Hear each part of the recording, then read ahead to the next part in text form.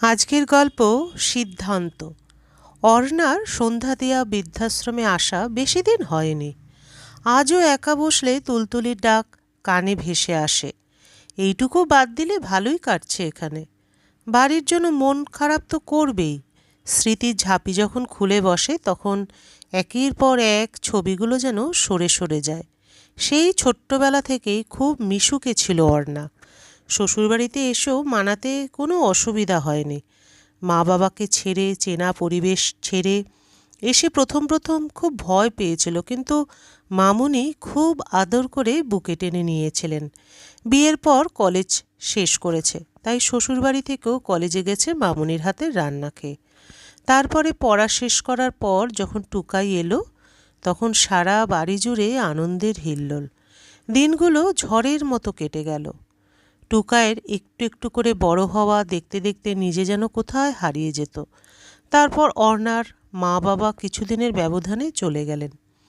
এক বিরাট শূন্যতা গ্রাস করল। খুব অন্যমনস্ক হয়ে যেত। এই অর্ণা, কখন থেকে ডাকছি, শুনতে পাচ্ছিস না কেন? কি হয়েছে? কি এত ভাবছিস বলতো? আমরা তো আছি। মামুনি সবসময় মাথায় হাত রেখে কথা বলতেন, যেন সব সময় কাছে আছেন, এই বার্তা দিতেন। তারপর একদিন ঘুমের মধ্যেই মামুনি চলে গেলেন ঘুমের দেশে। সেদিন বাপিও বড় একা হয়ে গিয়েছিলেন। মামুনির না থাকাটা বাপি কিছুতেই মেনে নিতে পারছিলেন না। টুকায়ও এর মধ্যে একটা চাকরি পেল। বাপি বললেন, দাদা ভাইয়ের বিয়ে দাও।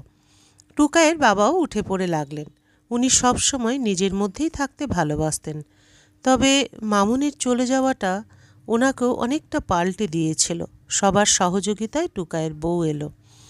এরপর একদিন বাপিও চলে গেলেন। মামুনি যেমন একটুও সময় দেননি। বাপি দিন সাতেক বিছানায় ছিলেন।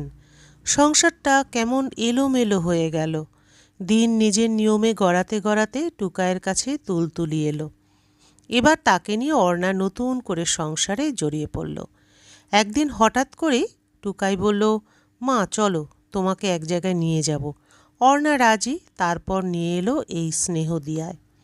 মা দেখো তো জায়গাটা তোমার পছন্দ কি না? কেন, কি হবে এই জায়গা দেখে? মা, তোমায় যেটা বলতে পারিনি, আমার চাকরিতে প্রমোশন হয়েছে, কিন্তু অফিসের কাছেই একটা ফ্ল্যাট দিচ্ছে। কিন্তু তোমাকে একা বাড়িতে রেখে যাব কি করে, তাই ভাবছিলাম। তখন সৃজা এই আইডিয়াটা দিল। এক মুহূর্তেই অর্ণার কাছে সব জলের মতো পরিষ্কার। এক বুক অভিমান বুকে জমা রেখে সঙ্গে সঙ্গে রাজি। পরের দিনই জিনিসপত্র গুছিয়ে এখানে চলে এলো। মেয়েরা সারা জীবন তো শুধু নতুন পরিবেশে মানিয়ে নিতেই শেখে। টুকাইয়ের বাবাও তো কথা দিয়েছিলেন অর্ণার সাথে সব সময় থাকবেন, কিন্তু একটা অ্যাক্সিডেন্টে যেদিন চলে গেলেন সেদিন অর্ণার পাশে কেউ ছিল না। টুকাই সৃজাকে নিয়ে ঘুরতে গিয়েছিল, ওরা ফিরে আসতে আসতে সব শেষ। টুকাই আজও এই নিয়ে খুব মন খারাপ করে, কিন্তু অর্ণা তুলতুলিকে যেদিন কোলে তুলল সেদিন থেকে জীবনটা আবার গতি পেল। তারপর আবার সন্ধ্যা দিয়াতে এসে রুটিনে বাঁধা নতুন জীবন। খারাপ লাগে না? বিভিন্ন জনের জীবনের গল্প বিভিন্ন নাটকের মতো। টুকাই ছুটি পেলেই দেখা করতে আসে। আজ আবার সবাই মিলেই আসবে। ওই তো ওরা চলে এসেছে। তুলতুলির জন্য নিজের বানানো কিছু জিনিস নিয়ে অর্ণা ওদের কাছে গেল।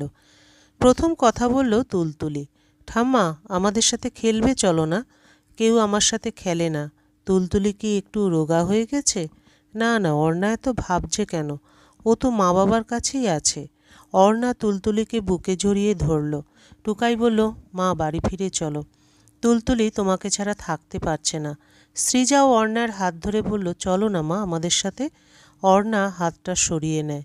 এত মনের জোর ও কোথায় পেল জানে না। শুধু তুলতুলিকে বলল, আজ এখানে তোমরা দুপুরে খাবে। এখন তো অনেকটা সময়, চলো আমার সাথে খেলবে।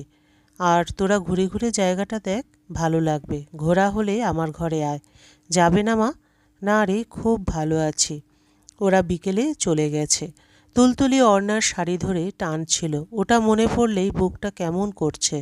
তাও তো জীবনে এই প্রথম একটা সিদ্ধান্ত নিতে পারল। গল্পের সমাপ্তি এখানেই। আবার দেখা হবে পরবর্তী আরেকটি গল্পের সাথে।